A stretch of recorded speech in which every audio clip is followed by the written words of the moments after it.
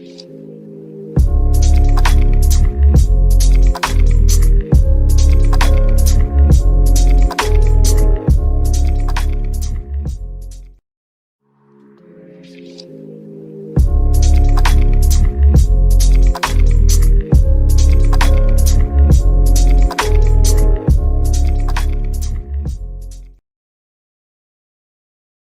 to today's lesson. It's on future prospects of conservation of biodiversity.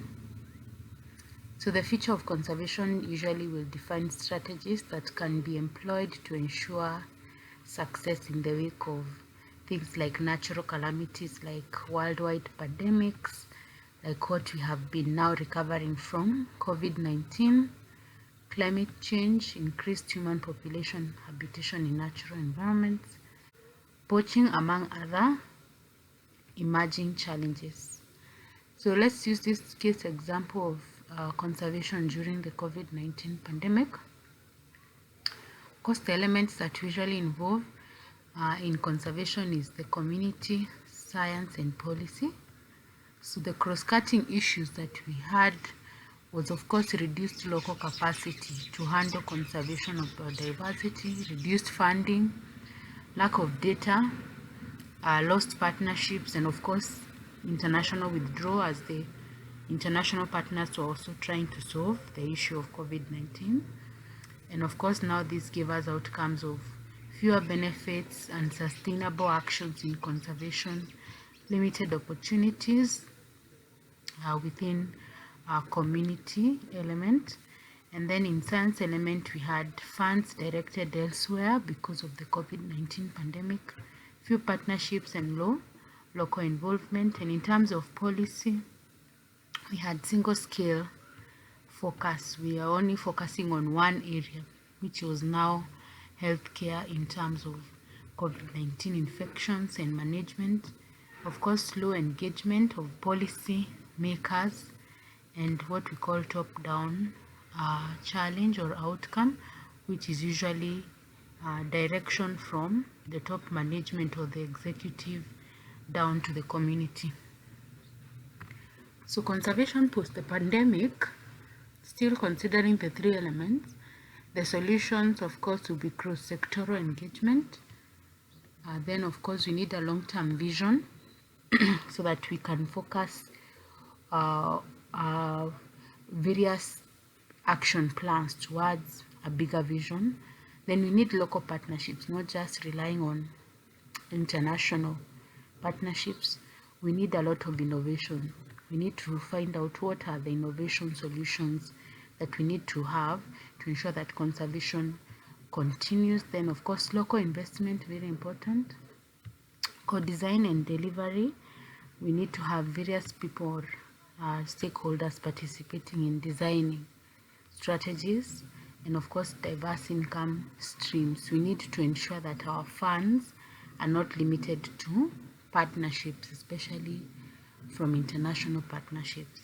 So once we do this at the community level, of course we're going to have very broad benefits. So going to also have sustainable actions that are proof to any form of pandemic and high adaptability of our conservation plans. In terms of science, we are going to have local capacity building, yes, because now we are going to involve local partnerships and we are having a local investments. Of course, high local involvement, very important, so that we can now focus on our own conservation strategies, sustainable funding models, which is how we can do local investment, how we can generate income. And then in terms of policy, we're going to have co-management so that now we bring in different and diverse stakeholders in conservation. Of course, high engagement of policy makers in conservation, because we are all highly involved in co-designing, delivery, innovations, creating visions and cross-sectoral engagement, and then action across skills. It will no longer be from top management or executive down to the community. There will also be community engagements. Communities will be given a platform to give ideas, and to implement conservation action plan. So that is how we need to start viewing conservation of biodiversity, so that we can proof of any natural calamities and any other natural uneventualities that are negative to our conservation plans. So the current strategies, of course, have always been saving species one at a time. Of course, if you find that there's a species that is at the verge of extinction, usually you're going to have efforts to save the last few individuals with the hope that a stable population can be restored someday. Methods to preserve individual species often involve keeping and breeding species in captivity and then possibly release them into the wild. Then, of course, we've had captive breeding programs where experts will attempt to restore populations of a species through breeding them in captivity and then reintroduce them into the natural habitat. This program has been successful in California condor, for example, but of course the challenge with this remains that whether or not these restored populations will actually be able to reproduce in the wild, because they have been used to reproducing in captivity. We've also had the preservation of genetic material, the germplasm. We have germplasm preservation, germplasm banks, where we now preserve hereditary material, chromosomes and genes that is contained in protoplasm of germ cells and can be stored in form of seeds, sperms, eggs, and pure DNA. And of course, these banks will remain in controlled environments for the future use in research and sometimes also in species recovery efforts, species that have gone extinct or they are continuously endangered. We have zoos, aquariums, parks and gardens. So in some cases, these zoos now house a few remaining members of a species and perhaps the species' last hope of survival. So these wildlife parks, aquariums, botanical gardens, we actually call them our living museums of the world biodiversity. But these kinds of facilities, we rarely have enough resources, most of the time because they are small and they also have limited knowledge to preserve more than a fraction, okay, of the world's rare and threatened species. So the future is that ultimately saving a few individuals does help, but it does little to preserve a species, as these captive species may not reproduce or survive again in the wild, which is now going to be a challenge. So unless maybe you will continuously keep them captive, and if they reproduce, then they will overwhelm the facility because of space and other resources. So eventually this is not the best. Then also small populations are vulnerable to infectious diseases and genetic disorders caused by, yes, the challenges of inbreeding, because it reduces genetic variations. So preserving habitats and ecosystems is one of the future ways of biodiversity conservation. So the most effective way is to protect habitats. So the habitats of these animals can't be protected because most of them either they have been invaded by humans, other invasive alien species, etc. So it's possible to protect them. Small plots of land for a single population is usually, of course, not enough because the species are confined to a small area and can be wiped out by a single natural disaster, while other species, of course, also require a large range of to find adequate food. So protecting habitats of endangered and threatened species often means managing large areas, which is the way to go for the future conservation.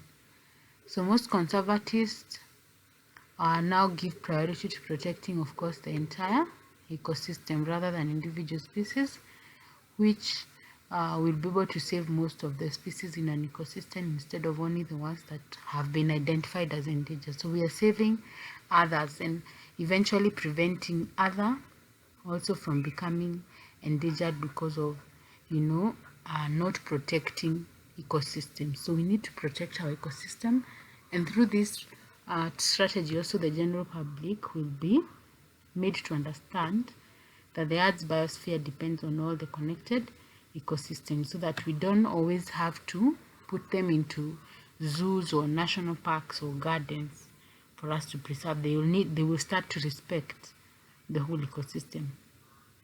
Then identify areas of native habitat that can be preserved, restored, and linked. Yes, this is important. We have already probably lost certain native habitats of organisms, so the future is identify them, preserve, and even link them to large networks. Of course, promote products that have been harvested, the germplasm we are talking about, with sustainable practices. Then I want us to talk about quarantine versus captivity of animals. A captive animal is a wild animal which is held under confinement and therefore dependent on humans for provision of all its needs. And of course, in the course of wildlife conservation and management, some individual animals will get orphaned. In the wild, they will get sick, they will get injured or otherwise incapacitated, necessitating interventions to assure them of life. So in many cases, during the course of treatment and care, these animals will get habituated, okay, making it extremely difficult, if not impossible, to rehabilitate them back into the wild after the period of captivity. So we have captive wildlife facilities that includes a sanctuary, an orphanage, or a rescue center that provides shelter and care to animals that have been abused, injured, or sick, abandoned, or orphaned, or illegally held, or otherwise in need. So such facilities can be private, public, or even community owned, and the welfare of each individual animal in these facilities is of primary concern. So we do have challenges in captivity. Management of animals in captivity poses serious challenges that range from animal welfare considerations, space requirements, the human skills of the attendants, veterinary care, and of course visitor satisfaction, to financial requirement. And this is also aggravated by the fact that some of these animal facilities are not well regulated and they are uncontrolled. So that is now where we do what we call defining minimum standards for management of wildlife in captivity in place. Many of these challenges we are facing, if we define minimum standards, then these challenges will be addressed. So some of these good practices is now what we have as one of them, as quarantine regulations. So quarantine will be as a result of either you're shipping an animal from one place to another, or you want to sell it to a different location, or it has been injured, as we have talked about captivity, it is sick, it has been orphaned, etc.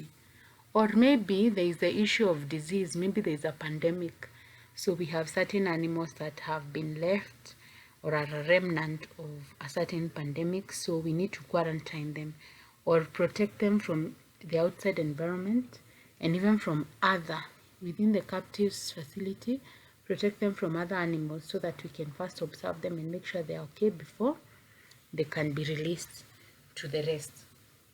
Animals entering a collection must undergo quarantine. So maybe you are adding, so there are maybe elephants that you're adding into a certain population of other elephants within a sanctuary, then you need to first quarantine them so that they are observed.